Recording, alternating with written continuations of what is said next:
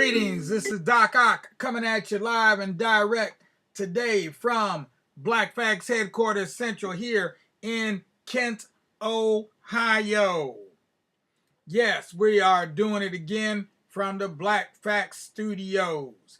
But today we took it to the streets. And if you happen to be up a little bit earlier, you may have noticed we were live streaming today around about 8:30, 9 o'clock this morning.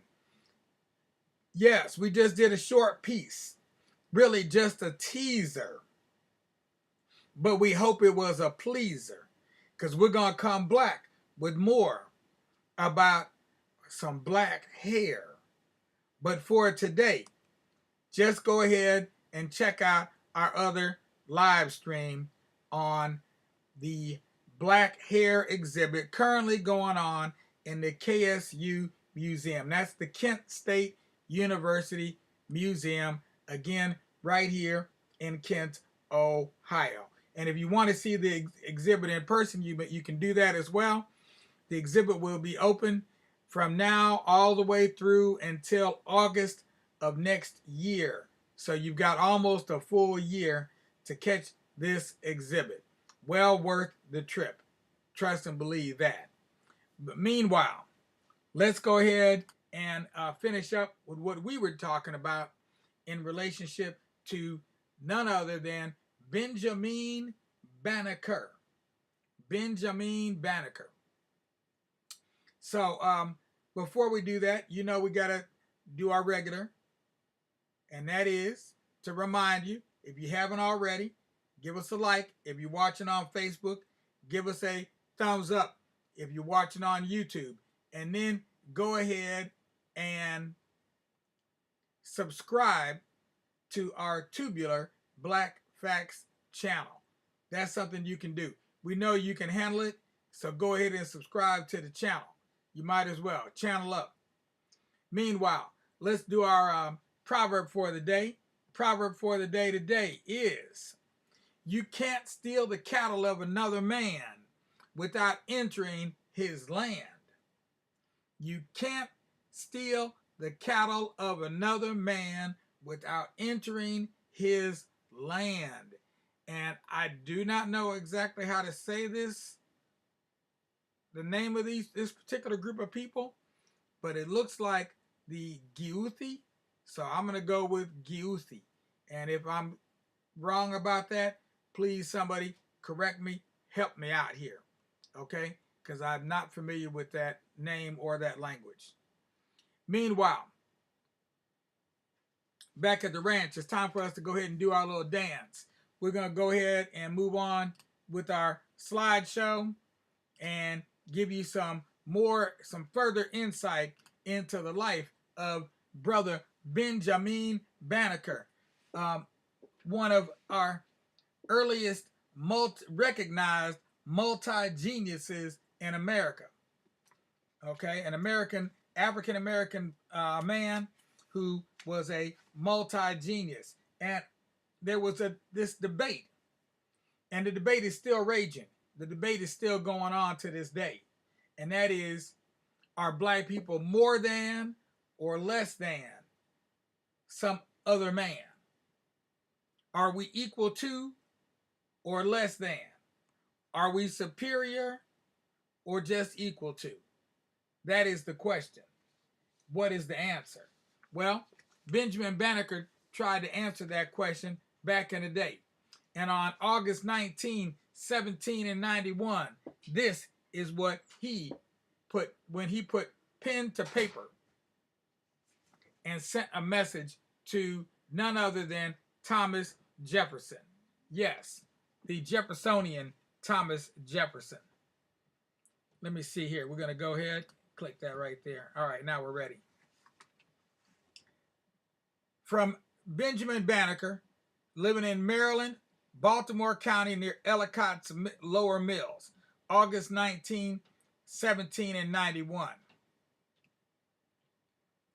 Sir, I am fully sensible of the greatness of that freedom which I take with you on the present occasion. A liberty which seemed to me scarcely allowable when I reflected on that distinguished and dignified station in which you stand, and the most general prejudice and prepossession which is so prevalent in the world against those of my complexion.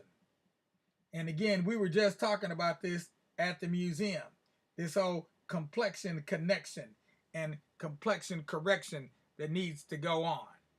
I suppose it is a truth too well attested to you to need a proof here that we are a race of beings who have long labored under the abuse and censure of the world, that we have long been looked upon with an eye of contempt, and that we have long been considered rather as brutish than human and scarcely capable of mental endowments. Sir, I hope I may safely admit, in consequence of that report which hath reached me, that you are a man far less inflexible in sentiments of this nature than many others, that you are measurably friendly and well disposed toward us, and that you are willing and ready to lend your aid and assistance to our relief from those many distresses and numerous calamities to which we are reduced. Now, sir, if this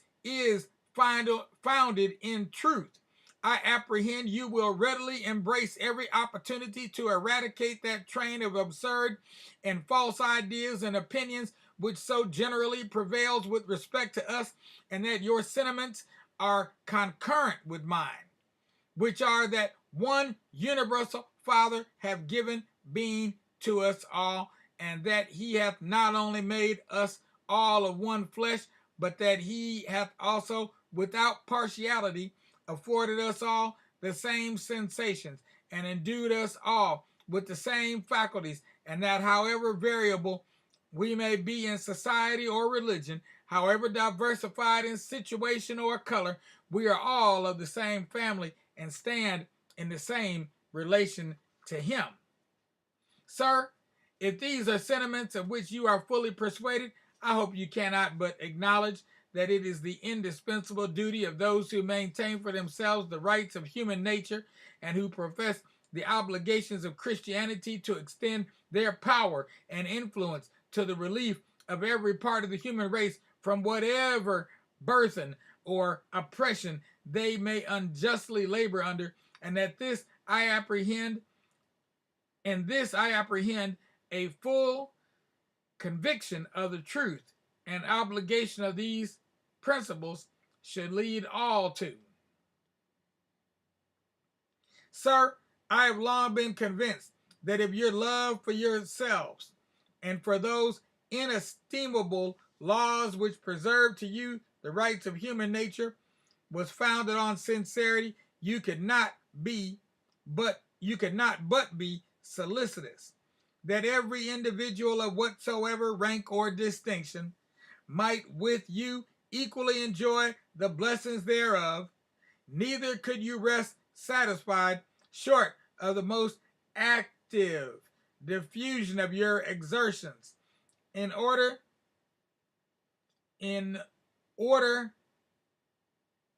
for their promotion from any state of degradation to which they unjustifiably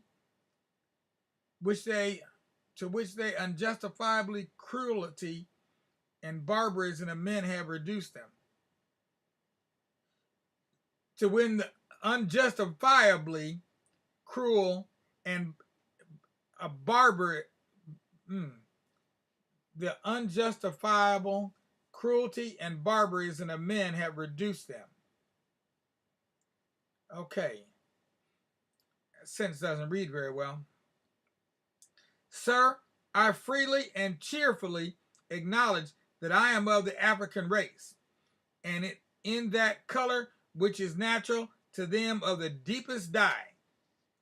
It is under a sense of the most profound gratitude to the supreme ruler of the universe that I now confess to you that I am not under that state of tyrannical thraldom and inhuman captivity to which too many of my brethren are doomed, but that I have abundantly tasted of the fruition of those blessings which proceed from that free and unequal liberty with which you are favored, and which I hope you will willingly allow hope will willingly allow you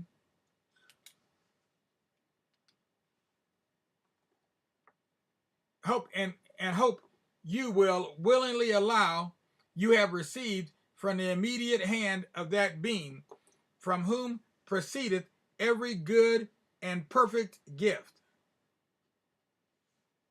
Sir, suffer me to recall to your mind that time in which the arms and tyranny of the British crown were exerted with every powerful effort in order to reduce you to a state of servitude. Look back, I entreat you, on the variety of dangers to which you were exposed. Reflect on that time in which every human aid appeared unavailable, and which even hope and fortitude wore the aspect of inability to the conflict, and you cannot be led to a serious and grateful sense of your miraculous and providential preservation. You cannot but acknowledge that the present freedom and tranquility which you enjoy, you have mercifully received, and that is the peculiar blessing of heaven. This, sir, was a time in which you clearly saw into the injustice of a state of slavery, at which you had just apprehensions of the horrors of its condition. It was now, sir, that your abhorrence thereof was so excited that you publicly held forth this true and invaluable doctrine, which is worthy to be recorded and remembered in all succeeding ages. We hold these truths to be self-evident, that all men are created equal, and that they are endowed by their Creator with certain unalienable rights, that among these are life, liberty, and the pursuit of happiness. Yeah, right. Here, sir, was a time in which your tender feelings for your slaves had engaged you thus to declare you were then impressed with proper ideas of the great valuation of liberty and the free possession of those blessings to which you were entitled by nature. But, sir, how pitiable it is to reflect that although you were so fully convinced of the benevolence of the Father of mankind, and of his equal and impartial distribution of those rights and privileges which he had conferred upon him, that you should at the same time counteract his mercies in detaining by fraud and violence so numerous a part of my brethren under groaning captivity and cruel oppression, that you should at the same time be found guilty of that most criminal act which you professedly detested in others with respect to yourselves. Sir, I suppose that your knowledge of the situation of my brethren is too extensive to need a recital here. Neither shall I presume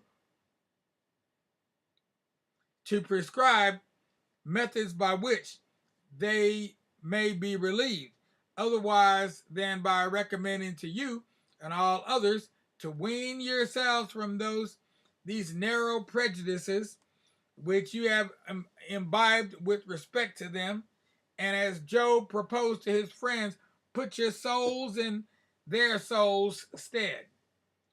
Thus shall your hearts be enlarged or filled with kindness and benevolence toward them, and thus you shall in and thus shall you need neither the direction of myself or others in what manner to proceed herein. And now, sir, although my sympathy and affection for my brethren hath caused me enlargement thus far, I ardently hope that your candor and generosity will plead with you in my behalf when I make known to you that it was not originally my design, but that having taken up my pen in order to direct to you as a present a copy of an almanac which I have calculated for the succeeding year, I was unexpectedly and avoidably led thereto. This calculation, sir, is a projection of my arduous study in this, my advanced stage of life, for having long had unbounded desires to become acquainted with the secrets of nature. I have had to gratify my curiosity herein through my assiduous application to astronomical study, in which I need not to recount to you the many difficulties and disadvantages which I have had to encounter. And although I almost declined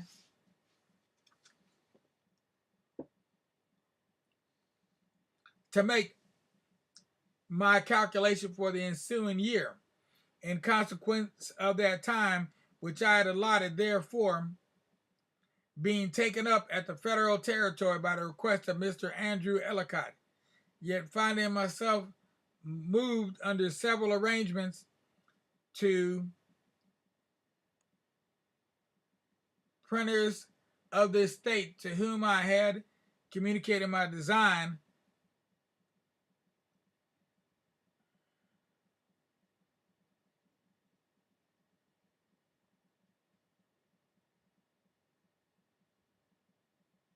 well, excuse me.